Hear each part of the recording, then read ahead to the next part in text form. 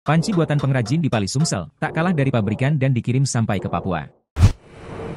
Seperti menolak mati, terus bertahan melawan modernisasi, Hamzani enggan berhenti untuk terus menciptakan dandang hingga panci.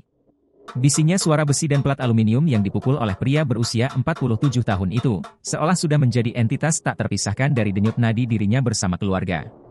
Berbagai barang perabotan dapur berbahan pelat aluminium buatan tangannya tampak terpajang di bengkel produksi di rumahnya yang beralamat di Jalan Telaga Kembang RT 08 RW 02 Kelurahan Handayani Mulia Kecamatan Talang Ubi Kabupaten Pali Sumatera Selatan. Kendati peralatan dapur kini serba modern, namun Hamzani menolak punah. Dia tetap tekun memproduksi dandang dan panci atau lebih dikenal di Kabupaten Pali Sumsel dengan sebutan pengrajin kaleng grondongan. Permintaan pesanan terbanyak datang dari berbagai daerah di Sumsel seperti Prabu Mulih, Palembang, Muara Enim, Ogan Ilir dan Sekayu. Bahkan sampai keluar daerah di Sumsel seperti Medan, Pekanbaru, Batam hingga yang terjauh sampai ke Papua. Meski menggunakan alat-alat tradisional seadanya, seperti pukul besi hingga kayu, namun hasil buatannya tidak kalah dengan kualitas pabrikan yang menggunakan alat-alat mesin modern.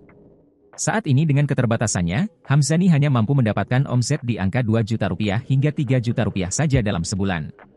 Meskipun segalanya bisa dikatakan serba terbatas, Hamzani masih tetap tekun membuat dandang bagi siapa saja yang membutuhkan panci dandang buatannya.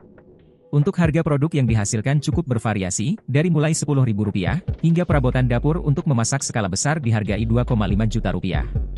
Sementara untuk setiap dandang atau panci yang dijual tergantung pada jenis dan ukuran dijual dengan harga Rp100.000 hingga Rp400.000.